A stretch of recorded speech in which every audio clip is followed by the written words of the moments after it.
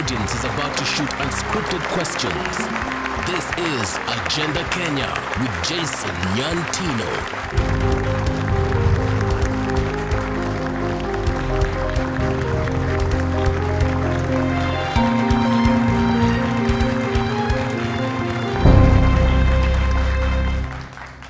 Many thanks for joining us. Welcome to this very first edition of Agenda Kenya Season 6. Tonight on this program, we host Honorable William Samoei RUTO, Member of Parliament, Eldoret North, and presidential hopeful on a URP ticket. My audience members come all the way from Kisumu County, Machakos County, and of course, Nairobi County. Welcome aboard. Our first question is from Philip Opio. Philip is an employment consultant. Honorable RUTO, my question is very simple. Your name has been mentioned several times when it comes to International Criminal Court as a suspect. Do you still think it's proper for you to run for presidency of this country when this issue raises some question when it comes to the Chapter 6 of the Constitution? Mheshimiwa. I think what you have seen about the Hague issue are allegations. And those allegations have been made against me and against others, just the same way allegations have been made about other people in other issues. You don't measure a crime by how much is alleged. You measure a crime by whether it will be proven or not in court. And therefore, I have read the Constitution. In fact, I helped draft it. Back, forth, between the lines. Nothing stops me from running for president of Kenya. And I intend to exercise my constitutional right to run for president of Kenya. So facing these charges, they are serious charges, of course. Don't you think do you pass the integrity test? Oh, absolutely. You pass the integrity test. Do you have any indication that I won't pass the integrity test? No, I don't. I'm just asking. Now, very interesting. When assuming you win presidency next year. Let's say when you win. Yeah, assuming, okay, when you win. Mm-hmm. But I think I should say assuming. Okay. So assuming you win, and we know how the ICC process goes. It's a long years of trial. Charles Taylor of Liberia was there for 8 years. Thomas Lubanga of Congo was there for 6 years. So do you think Kenyans are ready to have a president who will be spending time in Hague instead of Nairobi or Kenya? You see, if you have a judicial process going on, and you have an agenda for this country, the way we are in Agenda Kenya today, and you know where you want to take the country, right? The issues of the ICC are matters that will be handled by our attorneys, our lawyers, and as and when we are required to appear there in person, we will, right? What if the court says you need to be there in person all the time? Of course, you are not the court. No, I'm saying, what if? That is a hypothetical question. Yes, but you need to tell us, and because you might be our president. In a hypothetical situation, yes, the most difficult questions to answer are hypothetical ones, because they don't exist, right? And therefore, let us stick to the facts. Yeah? William RUTO is innocent. And I have no doubt. You're innocent. I have no doubt in my mind. Mheshimiwa, you're innocent until proved I have no doubt in my mind that in no time, all these wild allegations against me will be wiped away by the truth. Right? You're dealing with situations that are very peculiar. You're dealing with witnesses that themselves have confessed that they are criminals.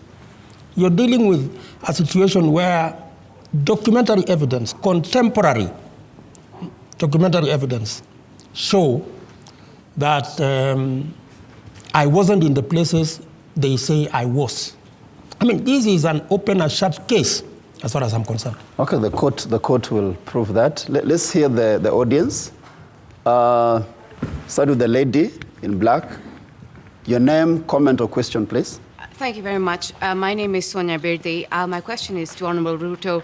Considering that, you're innocent until proven guilty, but what about the hundreds and thousands of people who have suffered during the elections, the last elections? What is enough so that we can compensate them? Thank you. I think you don't ask an innocent man. I would also ask the same question of any other Kenyan. It's a collective responsibility to deal with the issues of 2007, 2008. It is our collective responsibility. They are our brothers, they are our sisters, they are fellow Kenyans, and something has been happening, though not enough. And I think justice must finally be meted out to the people who are guilty. Yes. Not to innocent people. If you are elected president, you'll be the chief executive of the country. Absolutely. What do we expect in terms of her question? I can tell you for a fact that we won't have the kind of circus we are having today with the IDPs. The IDPs have made it very clear to government that if they cannot find land to give it to them, let government compensate them, because most of the IDPs today that have not been settled, these are people who had businesses in towns. And they have asked, if you can't find a piece of land for us, give us the equivalent of what you would have used to buy the land, 500,000 shillings.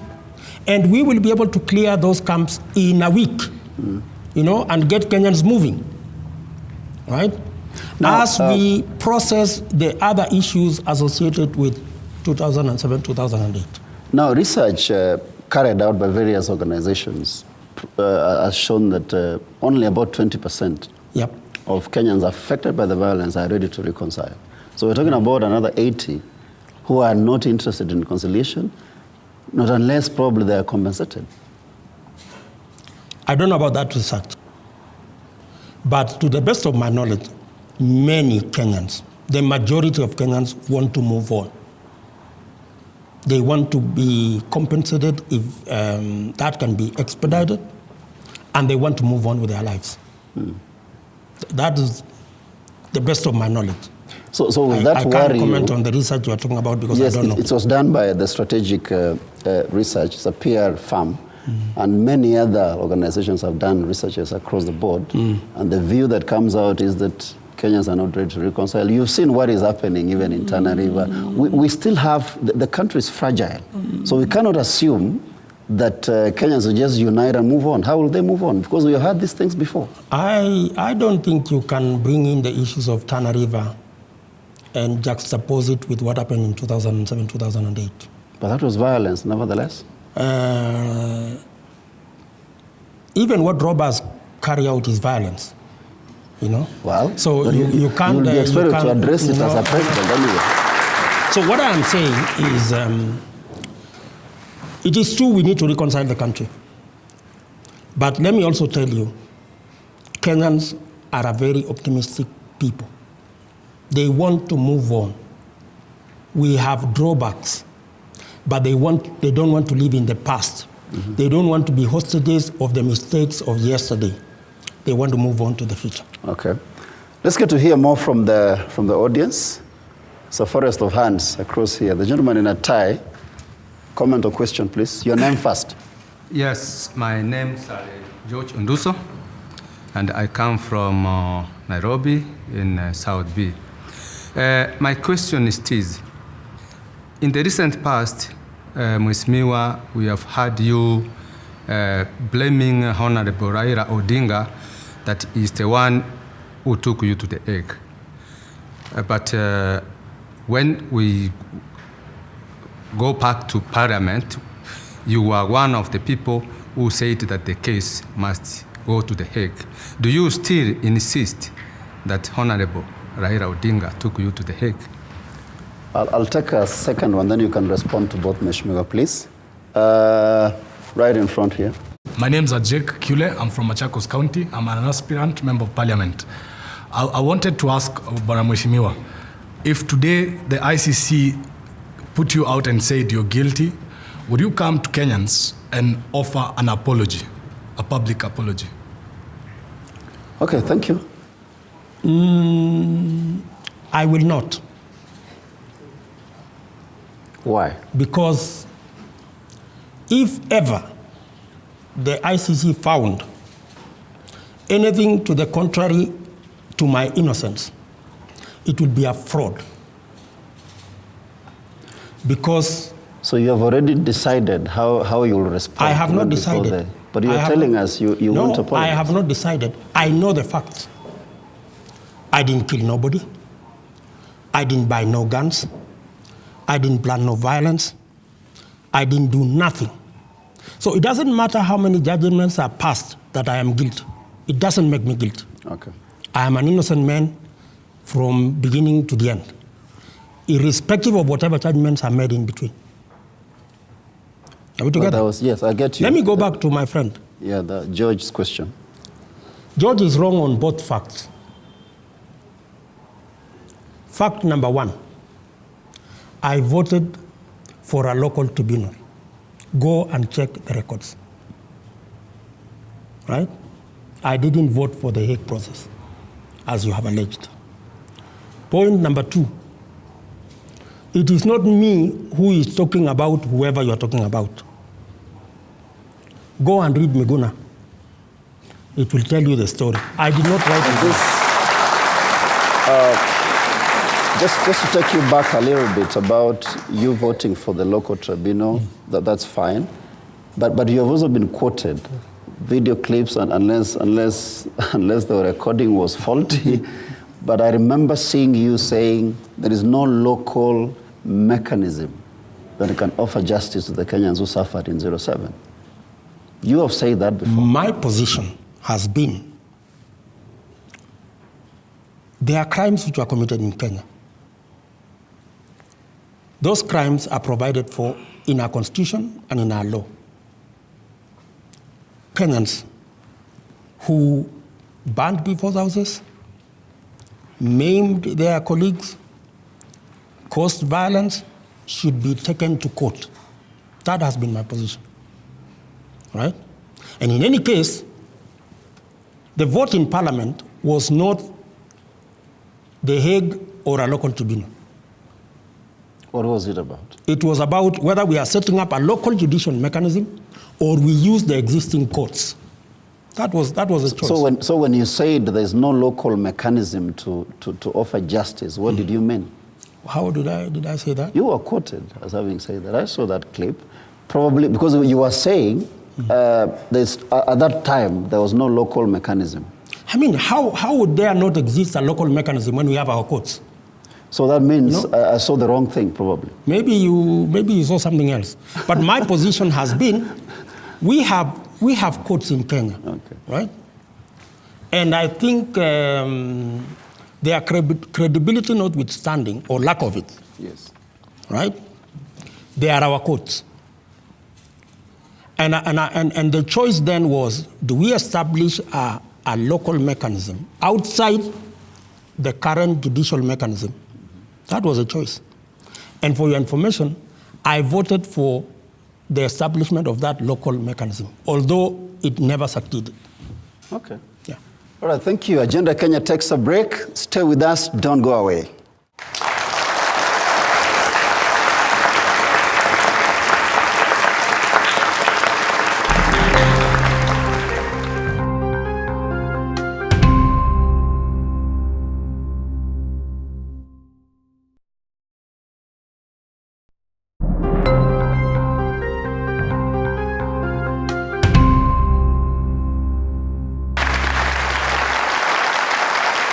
Welcome back to Agenda Kenya with me, Jason Nyantino. Tonight on this program, we are looking at Honorable William Ruto's presidential bid.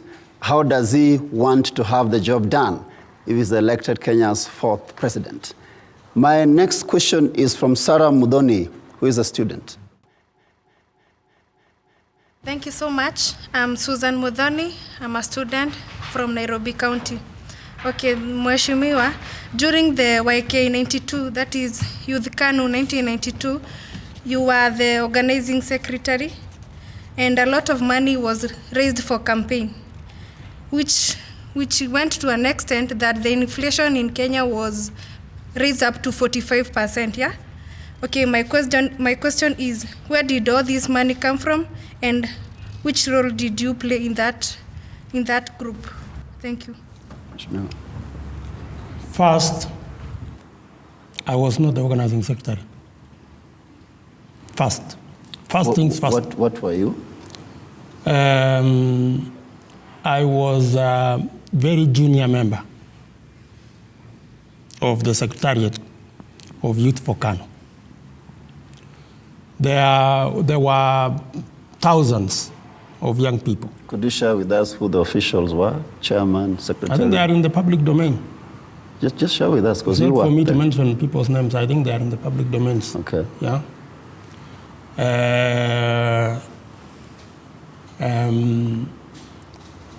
I remember the top, I think 4 officials were Jirongo as chairman,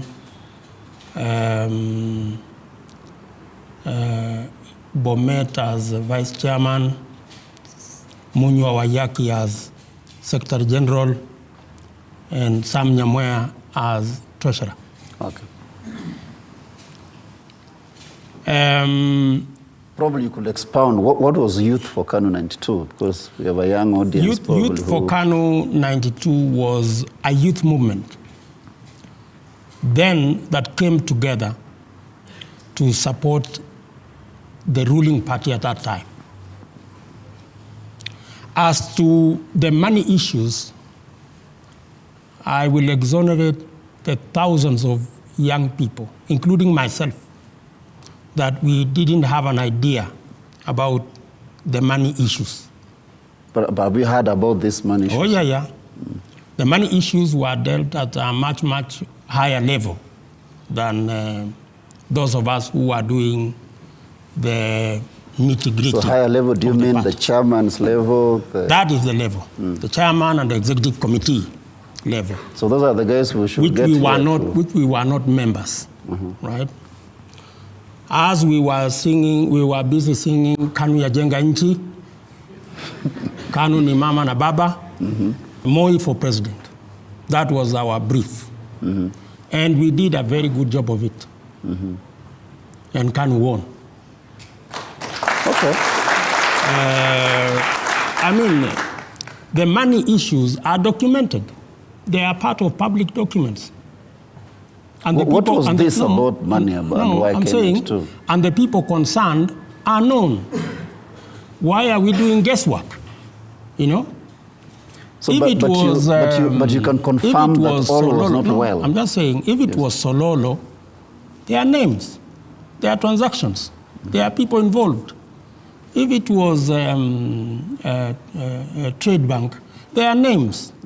There are people, transactions that are listed. That's fine. You know, why do we want to recruit every young person who was around and tell them, you belong to Youth for Kano, so you are guilty? I mean, these are documents that are available in public domain. Yeah, it's good let us handle them in that manner. It's good you've told us what your role was. I didn't know you were a good singer. I was. Kanu ya jenga. Our next question is from Jack Chule, who is a businessman. Chule, your question. My question is, in this very unpopular Grand Coalition, you served as a minister, and in 2008 to maybe 2010, you were the agriculture minister. And that time, you were branded one of the most performing ministers. But at the same time, we were treated to a very serious scandal, which is majorly known as the maize scandal, to a tune of about 23 billion. And your name has been put there. Every time you asked about it, you keep saying you are not involved. But you've never put it clear if you are not involved, who was and how many were there? Will you do that today so that your name can be cleared once and for all? The maize scandal. The maize scandal is a scandal that never was. And I can look you in the eye and tell you, It is a scandal that never was. Could you expound? No single bag of maize was lost. No single bag of maize was picked from cereals board without being paid for. This was just a grand scheme to try and undermine what I had done at the Ministry of Agriculture. I am very proud of my record at the Ministry of Agriculture. I have no regrets whatsoever, nor any apology. Let me come to you. I'll answer your question. Because that scandal was investigated by 5 agencies. It was investigated by the Ministry of Finance and cleared. It was investigated by the CID and cleared. It was investigated by the Kenya Anti-Corruption Commission and cleared. It was investigated finally by the forensic audit that was done and cleared. By the Price Waterhouse? By the Price Waterhouse, Coopers, right? That is the reality. What you saw there, suspend William RUTO, they brought a motion to Parliament. I explained. In fact, the strategic grain reserves were not under my docket. The strategic grain reserves where the maize was obtained, and I explained when I was carpeted in Parliament, was under the Ministry of Special Programs. Mm-hmm. And I said as much. Okay. Right? So this maize scandal was a political game. All right, let's get to here. And let me conclude by saying, please. And if you doubt, again, did you read what the WikiLeaks said about the maize scandal, about who are involved? What did it say? Have you? Do you mind sharing with us? Have you read Miguna's book? It tells you who the people who were involved, and one of them was not William RUTO. Okay. Let's get to hear the audience. I'll go this side now. There's a gentleman in a tie on the 3rd row. I'm Malakaya Pudo Achola from Kisumu, a lecturer at Maseno University. Honorable, I just want to ask a question on your performance and your track record. I think much has been said about your agricultural docket, which you did quite well. And then I can remember that you also had a short term serving as a Minister for Higher Education. And during this period, I think you really championed for the double intake at the universities. And actually, after that, I think you left out. Things are now becoming a sham at the universities, and I think the whole university calendar is becoming a problem. The students are not even able to get the HEB loans in time, accommodation issues. It's like you did not factor in the infrastructure at the universities, and this is creating a lot of problems. So maybe if you win this race to the State House, what are you going to do to just improve this? Because you all know it's a common knowledge that our universities in Kenya churns out the cream de la cream of the economic managers of this country. Okay, Malachi, thank you. Thank you very much, Malachi. When I went to the Ministry of Higher Education,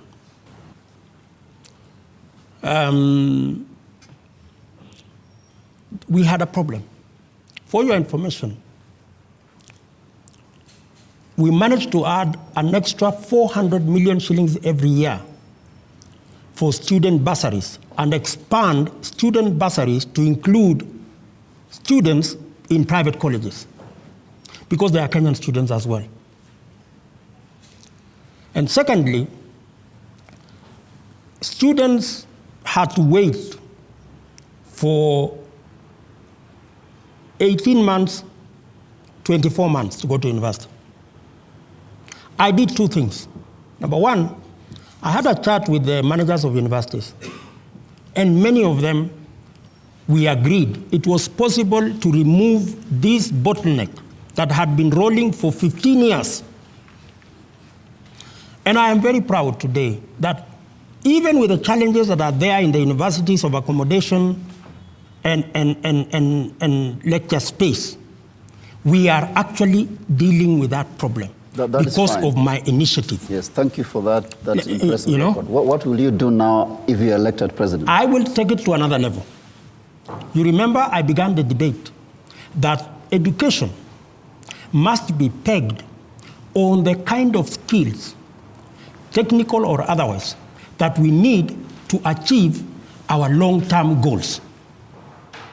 I will make education relevant because there are three factors that are important in our education sector. One, education must be affordable. It must be of good quality, and it must be relevant. Relevant is the word. There is absolutely no reason why we should be churning out people out of our highest institutions of learning when we know the courses they have done will not get them any job or will not take this country towards Vision 2030. Okay, Mheshimiwa, asante. One more. Let me conclude. One more thing. I managed to negotiate with government that time to put together what we were calling a university's bond, because I wanted to raise cheap money.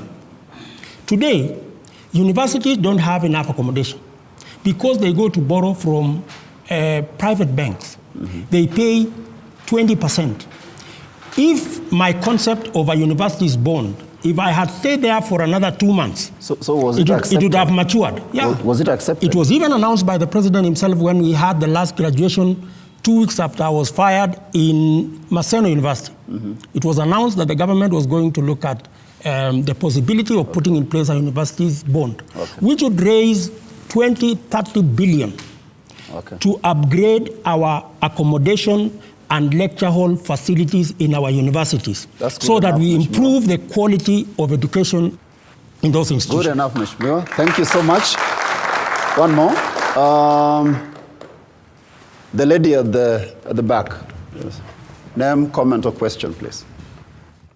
I'm Agnes Munya, a student at Egerton University. My question is this. What are you, if now you are elected as the president, what are you going to do with the help? Because as we talk now at Egerton University, we are paying more than 40,000 per academic year. And even there are students who are getting 35,000 per year. Now that means that they have to get in their pocket and add more. And even the help, at times, it gets into our accounts late. For example, most of the first years did not get help as they were reporting. That is the 2012 students. Okay, help you mean Higher Education Loans Board? Yeah. Okay, thank you. First, I had 2 or 3 proposals which I had on help. Number one, instead of making it an item that you have to apply for, it is for us as government to know how many university places do we have and factor that in advance so that we don't have to wait for students to come and then make an application when we know very well that they are coming anyway. We plan ahead of time. That's what we did. And that's the instructions I gave to the Higher Education Loans Board, that we shouldn't create a crisis out of an issue that we know for sure there will be university students next year. Mm-hmm. Why do we have to wait until they come and then we make it look like it's a crisis and begin to run around and end up with a problem like Agnes is mentioning? Mm-hmm. This is a question of simple management. It is not rocket science. It doesn't need any magic. It just needs forward planning. So we expect a lot of progress from your presidency if you win. A lot. All right, thank you. We are taking another break, but Agenda Kenya comes back. If you're watching us from home, you need to answer this question so that you can be part of this conversation. Do you trust Honorable William Ruto as your next president? Do you trust Honorable William Samoei Ruto as your next president? Text your response to the number on your screen. Remember to give us your name and where you're watching us from. Agenda Kenya comes back after the break.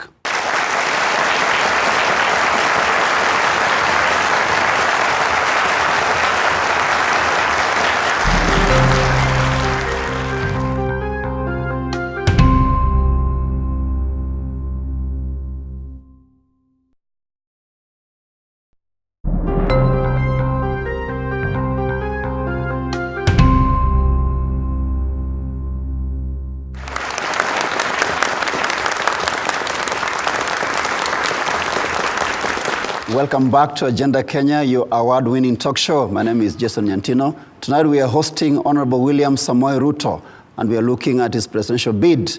How will he have the job done? My next question is from Bilali Butichi. Bilali, your question. Okay, thank you very much, Honorable Ruto. What are we saying? Because from the history, your political career were nurtured by the former President Moi. Same to Uhuru. Yours was through the YK 92, and Uhuru was through the nomination that was made in 1998. Moi went ahead and nominated Uhuru, and at the same time made him his heir. You supported the idea. Then, it come the last elections, you parted ways. We are now seeing you and Uhuru uniting for the same cause. Okay, can you tell us, what are we seeing? Is it the same project, Uhuru, that is coming back in a different way? Okay. Asante, Bilali. Mheshimiwa. Well, Bilali, first, when you talk about working with Moi, there is no politician that I know of who has not worked with Moi.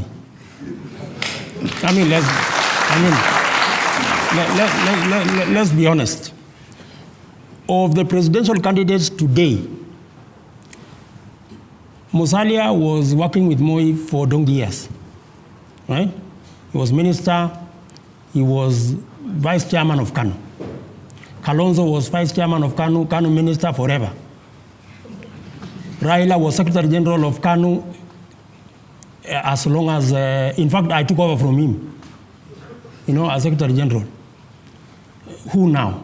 Kibaki himself was Moi's vice president forever. So, working for Moi is not an issue that anybody should discuss, because that is a matter that everybody has worked with him. Moi worked in this country for 24 years. You could not avoid him, right? Let's go to the point you have mentioned. This is an election. This is a democratic country. People can work with different players. At the moment, there are discussions, left, right, and center. And I can talk to anybody.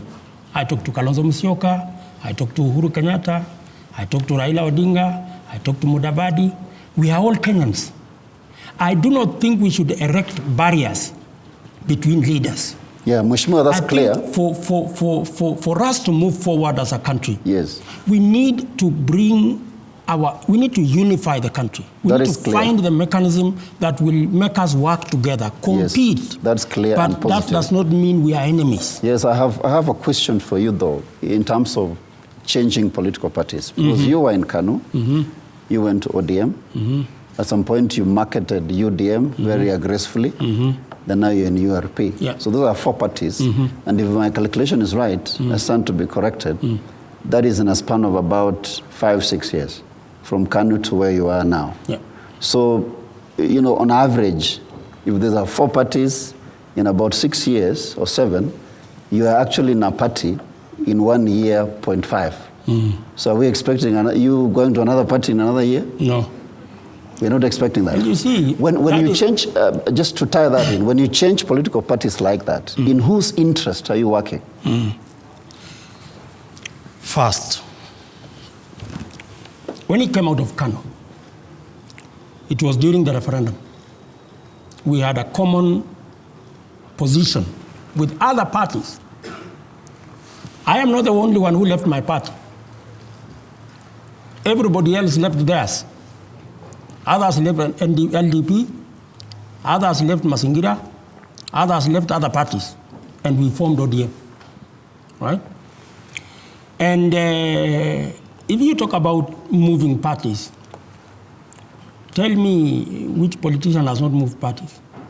But 2 wrongs don't make a right. Yeah, fine. Tonight we're talking about William Ruto. This is a democracy that is growing. Yeah?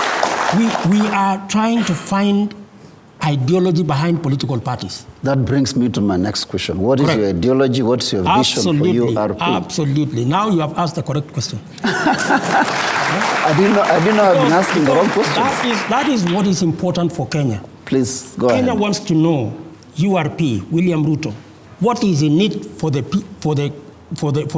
people of Kenya. Yes. Number one, we believe in URP that the single greatest responsibility we must give to this country, the single greatest challenge we must overcome in this country is to grow our economy. Across in Ethiopia, they are growing their economy at 12%. On the other side of the continent, Ghana is growing its economy at 13%. Kenya's economy is growing at 4%. That is not good. We can grow the Kenyan economy by more than 10%. It is possible. Okay. And where are we going to start as URP? Number one, very quickly, we please. are going to start with making sure that we reduce the cost of living in Kenya so that we make Kenya a competitive destination for investment. How do you want to do that? First things first.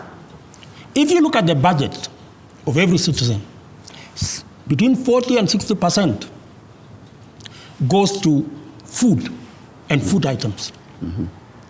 That is why you find teachers in the street and doctors.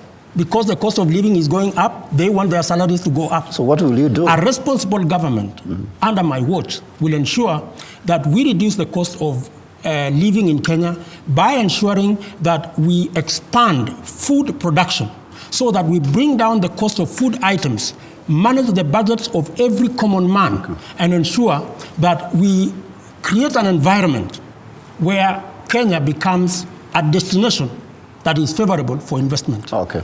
Next. Expand food production by encouraging, putting money, public money, in farmers' endeavors. Reduce the cost of fertilizer. Make sure affordable certified seeds are available. Expand our irrigation projects, and make sure that food is affordable. Okay. That's a URP government. Number two. Please finish quickly. I need to move to the audience. 17 million Kenyans today are below the age of 30, between actually 15 and 30, right? Mm-hmm. That is the engine that is going to turn around this economy.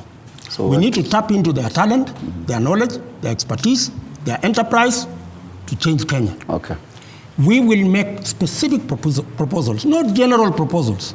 Could you give us one specific I will give proposal? You two. Give me two. I will give you two.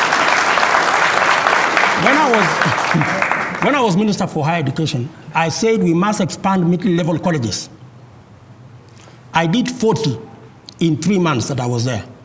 We can do 1,000, so that, because we are moving into a knowledge-based economy, and therefore it's good to arm our young people with the correct technological knowledge for them to fit into a knowledge-based economy. And that is why I was opposed to the Kazi kwa Vijana nonsense, right? The one of digging trenches and the rest. That is not where I want to go. Why are you calling it nonsense on this show? Because it was a government policy. No, it was a shoddy government policy. Are you saying government policy was nonsense? I opposed it in cabinet. I opposed it in public. I opposed it everywhere else because I thought that... So everything you oppose is nonsense because you oppose the new constitution. Is it also nonsense? That is my opinion. Okay. Right? That's my opinion. All right. I do believe... I need to get one question from the audience. I told you two. Yeah, give me the second one. And I'm saying... simple, courses like entrepreneurial courses can be offered free of charge, right, at these institutes of technology. Second issue, we must access credit to young people. In fact, I am very happy that in the Standard, their editorial, they have actually mentioned it specifically. And these are issues that I've been battling with in the campaign trail. Majority of the young people cannot access credit because when they go to a credit lending institution, they are asked for a title deed or a logbook or a security, which they don't have. I am proposing... Let me get one specific proposal. Then you answer together, okay? Specific proposal. Just one, Mheshimiwa. Can I make this one specific proposal? Because I'm waiting, you're not making. So please, let me take a question, then you answer both. One more contribution from the audience. Just one, then, yeah, there's a very enthusiastic young man in black. Okay. My name is Coach Joel Andranjo Banda, chairman of Nairobi Islanders Roller Skating Club and the head of freestyle skating in Kenya. By the way, my main thing is about the youth. As you've said, the youth are the engine of this country. And as we know, we've been promised all over each and every time. The youth are the ones who vote, we are the ones who heckle, we are the ones who throw stones, we are the ones who do everything. Yeah? But we are the ones who gain the least. We do a lot, but we gain the least. The jobs that we are given are either digging trenches or doing what. So, in your capacity if you get a chance to become the next president of this country, what will you? How will you help us? Like in the example, for example, Kenya is known more in running than in other things. So, what will you assist to tap our talent, especially in things like sport, take us to another level? Finish up, Mheshimiwa. I think he's hit the nail on the head. In terms of, empty, general statements made about youth empowerment. I am going to be making very specific youth empowerment initiative. I have said next year, God willing, we will have a youth fund synonymous with CDF, right? If CDF is 100 million in every constituency every year, we will have a youth empowerment fund, 100 million shillings every constituency every year, to give to young people credit free of interest, without asking for security, the basis being the quality of the proposal a young person has made. Okay, I hear you well. I just have one more. And it is just the beginning of expanding expanding opportunity to millions of young people who have no such access because they are locked out because they cannot access credit. We have plans of having presidential debates in the next couple of months. Will you be willing to participate? Yes. Oh, yes. Correct. I am looking forward to those debates, so that we can clearly articulate and Kenyans can judge us for what we stand for. Thank you. Thank you very much. And that brings us to the very end of this week's edition of Agenda Kenya. I thank my guest for that wonderful contribution and to my audience for that insightful debate tonight. You can still be part of this discussion by answering this question if you are watching us. Do you trust Honorable William Ruto to be your next president? Do you trust Honorable William Ruto to be your next president? You know the drill. Send your response to the contacts on your screen. And remember to give us your name and where you're watching us from. You can always extend this discussion on our Facebook pages and also Twitter pages, which are running on your screen now. And until next week, goodbye.